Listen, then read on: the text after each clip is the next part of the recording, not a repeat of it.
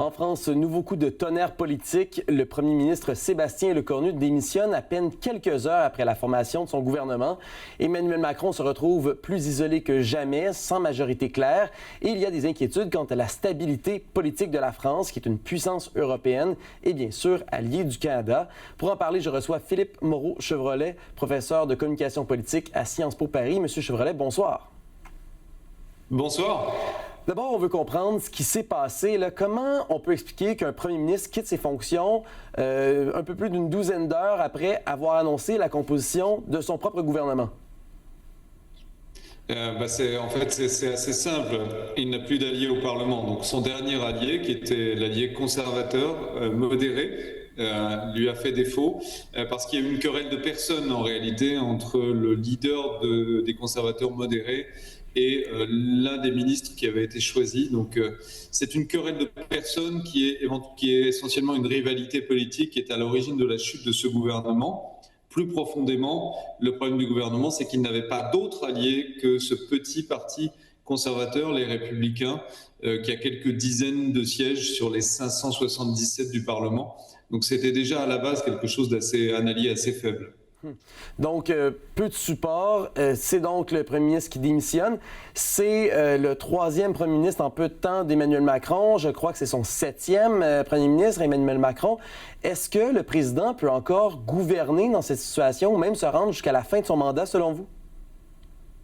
Alors, le président de la République, il peut durer jusqu'à la fin de son mandat parce qu'il a plein d'outils en France pour gouverner, même s'il n'a plus la majorité au Parlement, même s'il n'a plus vraiment d'appui, il peut continuer, lui, à exercer le pouvoir. Alors, le plus dur, en fait, le nœud du problème en France, c'est de passer le budget qui doit être adopté au Parlement à la mi-octobre, étudié au Parlement à partir de la mi-octobre. Donc, si on passe cette date, si on passe ce délai, eh bien, on aura de grosses difficultés budgétaires. On va rentrer dans ce qu'on appelle une loi spéciale. En gros, c'est le budget de l'année précédente qui va être reconduit. Et comme on est en période de déficit, on risque d'avoir un déficit beaucoup plus lourd que prévu. Donc, pour toutes ces raisons-là, en fait, qui sont un peu techniques, le gouvernement est pressé de passer le budget. Mais en dehors de ça, le président, il a très peu de contraintes. Il mène la politique étrangère qu'il souhaite. Il ne rencontre au Parlement que très rarement. Et il a un gouvernement qui, en général, est là pour gérer les intérêts domestiques, mais sous sa direction. Donc, globalement, c'est le seul problème, le budget. Mais en dehors de ce problème qui arrive tous les automnes, il se porte plutôt bien, quelle que soit la configuration. Il reste que, bon, l'opinion publique, vous dites qu'il se porte plutôt bien, mais peut-être pas dans l'opinion publique. Il va devoir nommer un autre premier ministre. Est-ce que ça va se précipiter aux portes pour être sa prochaine option, son prochain premier ministre? On peut en douter. C'est quoi les options qui s'offrent à Emmanuel Macron? On entend de la part de certaines oppositions qu'on veut dissoudre l'Assemblée, donc on demande des élections. C'est quoi les options qui s'offrent à lui? Vous avez parlé d'outils, là. Il y a 6 options qui s'offrent au président français pour aller vite. Il peut dissoudre l'Assemblée nationale, donc des nouvelles élections législatives. Le problème, c'est que lui, il perdrait énormément de sièges, son propre parti. Il ferait l'objet d'un vote sanction assez terrible. Ça pousserait le Rassemblement national, donc l'extrême droite, et aussi les derniers sondages montrent ça, et les dernières élections partielles aussi. Ça pousserait la gauche modérée. C'est pas un schéma très favorable pour lui. Deuxième cas de figure, il démissionne. Ça, c'est du jamais vu. Ça ne s'est produit qu'une fois dans l'histoire de la Ve République. C'était le général de Gaulle dans des circonstances particulières. Ça semble exclu.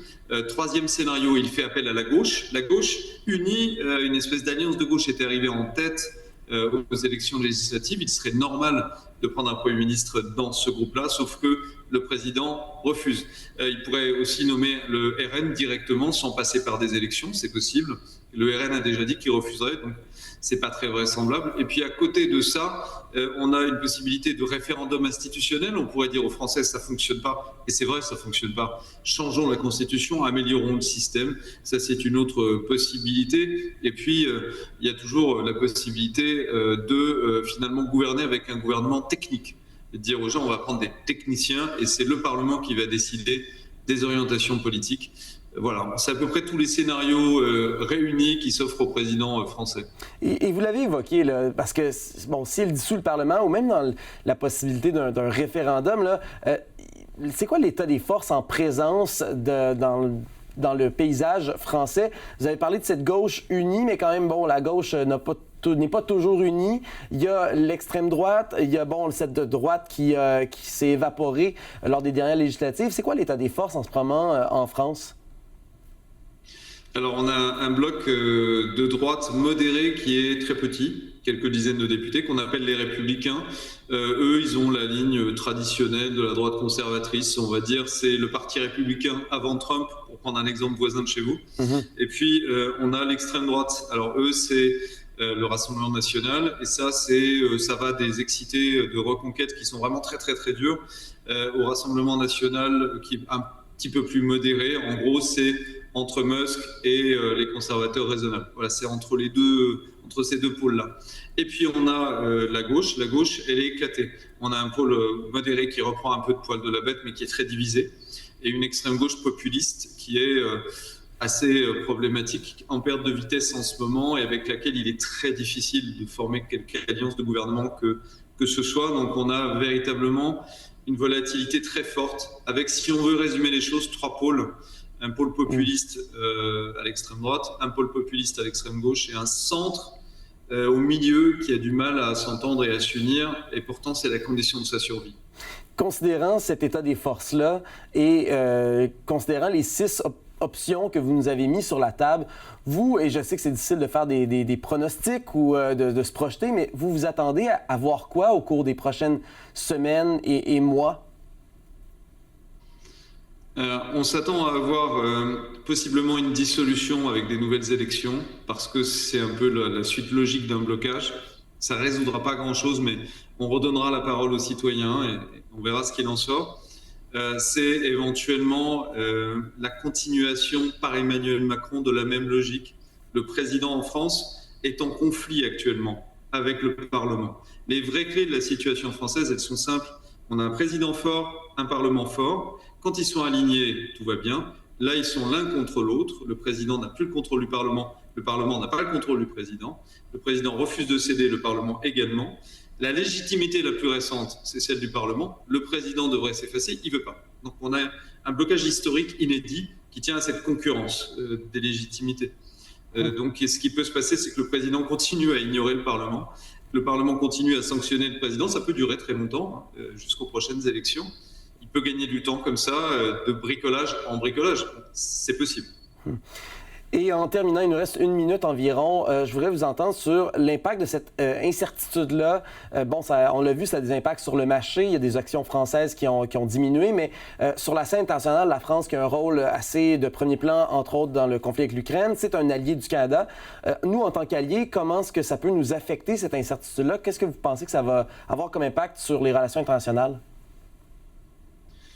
Si le RN, l'extrême droite, arrive au pouvoir, clairement, ils sont dans une orientation pro-russe, donc on aura un problème, qui sera un problème historiquement grave et avec des conséquences qui seront extrêmement lourdes.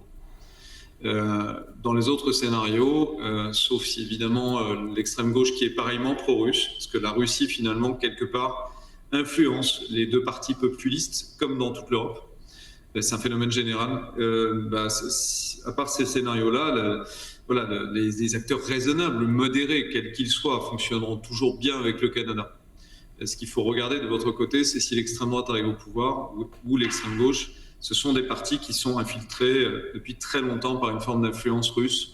Et donc là, ça posera un problème majeur. On risque de devenir une nouvelle Hongrie, si vous voulez, un nouveau régime proche de Moscou et satellite de Moscou. Ça n'est pas exclu à l'heure où on se parle. Philippe Moreau-Chevrolet, je rappelle que vous êtes professeur de communication politique à Sciences Po Paris. Merci d'avoir été des nôtres ce soir. Merci à vous.